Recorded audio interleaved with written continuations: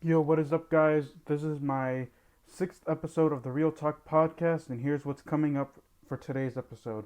We're going to wrap up the season in review videos talking about the defensive side of the football, to also how I would grade the rookie class of 2020.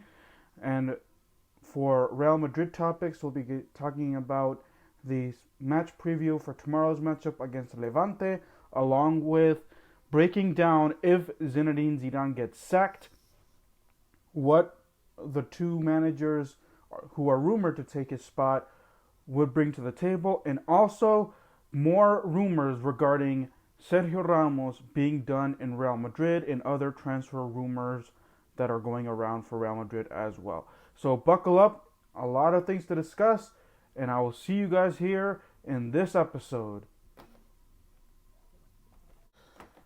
So last week in my season in review videos, if you guys haven't checked those out, I dropped those all last Friday, so go check them out. I only spoke up all the way up to the offensive side of the football, so I went over the coach. Well, I did coaches, I did the quarterbacks, did the running backs, wide receivers and tight ends, and offensive line. So that's where I left. That's where as far as I went, and I decided just because I wanted to split them into 2 weeks instead of doing them all in 1 week. I decided to do the defense this week. So here's the breakdown of what's gonna be discussed first, second.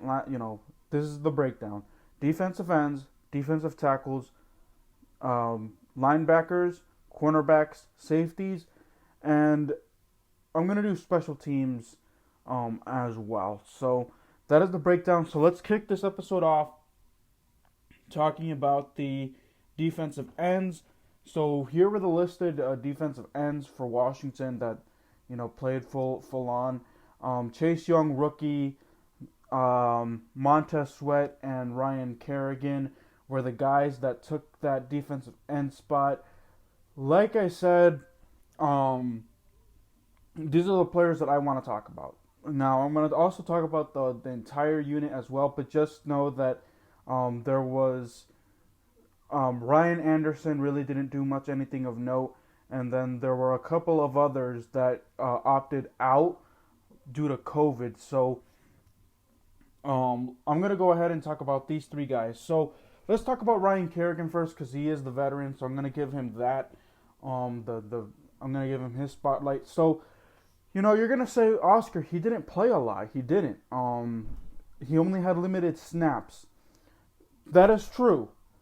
In fact, because he got limited snaps, there was reports saying that he was requesting a trade out of DC. But I think Ron Rivera just decided to hold on to him for the time being, so that way, if any injuries would pop up, then he could have a more prominent role. And there was a couple of weeks where Chase Young was hurt during the season. I think he missed the Ravens game. So, and Ryan Kerrigan had most of the snaps there. So, Ryan Kerrigan, with his limited snaps, ended up with 5 sacks. So for the guy that was the veteran and gave the spotlight to Chase Young and Montez Sweat, he did very well for himself. Like I said, the way that he had only like a few snaps in a game. I think he had there was one game, I can't remember if it was I know it was at the beginning of the season. He had 20 something snaps, or 10 something. He had 10 or 15 snaps and ended up getting 2 sacks. That to me is impressive, because if you have limited snaps, you're not expected to do much. But Ryan Kerrigan, with the snaps that he was given, proved that he could fit anywhere. With 5 sacks, man, he actually led the NFL with not the NFL. He led Washington with sacks for a good period of time. So Ryan Kerrigan, proved. I don't know if he's gonna be back in DC. Just because Chase Young and Montez Sweat are going to take those spots from him. But and he may end up having to take a cheaper deal. We're going to have to wait and see if he accepts that. But if he goes anywhere else, then that team is going to be fortunate to have him. Hopefully, it's not to Dallas, New York, or New York Giants or the Philadelphia Eagles. So, that is my discussion on Ryan Kerrigan.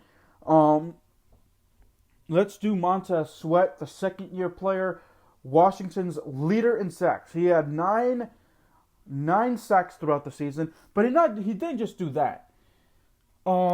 He would knock the football down. He would either knock the football down or come up with an interception. He had an interception in the what game was? Oh, in the Cowboys Thanksgiving game that ended up sealing Dallas's comeback, because I remember they were this close to scoring a touchdown, but Montez Sweat just decided to intercept that and go the other way, get a pick six. And he was responsible for other turnovers. In the Steelers game, he swatted the football away from wide receivers. In fact, he tipped a pass that made John Bostic intercept a pass as well. So Montez Sweat, not only was he the sack leader for Washington this year, he also was able to swat the football down. Montez swat the ball down or swat it away from the opponent's offensive squad. So he broke out this year. Last year took a while to get going in his rookie year, but just because the defense was in a formation that he wasn't comfortable with. He was always in coverage 3-4, but this time he was able to, if it wasn't Chase Young, he would sneak up behind the other. If it wasn't Chase Young, it would be him going after the quarterback, disrupting everything, swatting passes, getting sacks. So he broke out this year. I can't wait to see him in the next few years. So I'm gonna give, like I said, this. If you notice that the defense was huge this year for Washington, and I'm gonna talk about that once I wrap up the defensive side of the football.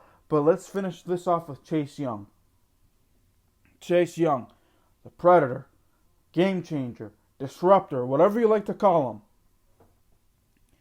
played very well. Had seven, he made it to the Pro Bowl. He was listed for the Pro Bowl, so he's a Pro Bowl player. 7 sacks, had a lot of forced fumbles. Had a fumble recovery for a touchdown in the 49ers game. He had many forced fumbles, fumble recoveries. He was all over the field. He was all over the field in that 49ers game and in other games. Unfortunately, I would love to see him match up against Lamar Jackson against the Ravens, but he was hurt that game. But that was the only game he missed. Other than that, played every game. And he was disruptive.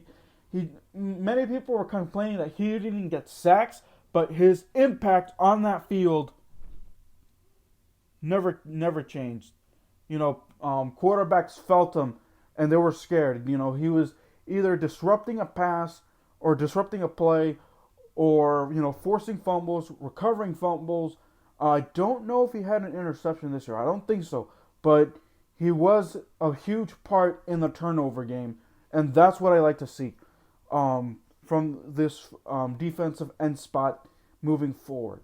So altogether, this defensive end spot, unfortunately, the Buccaneers game kind of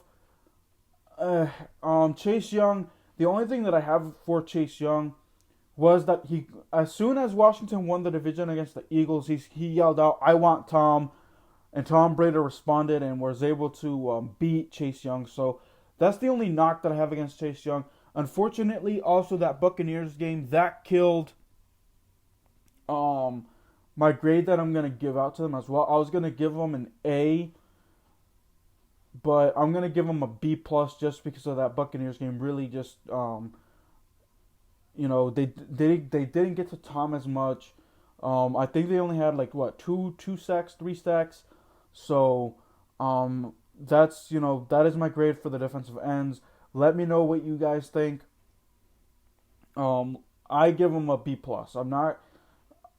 B plus to an A minus. So I'm gonna give him 90%. That's an A minus to an 89%, 87 to 89%. That's a B plus. So let me know if you guys agree. Next up is gonna be the defensive tackles.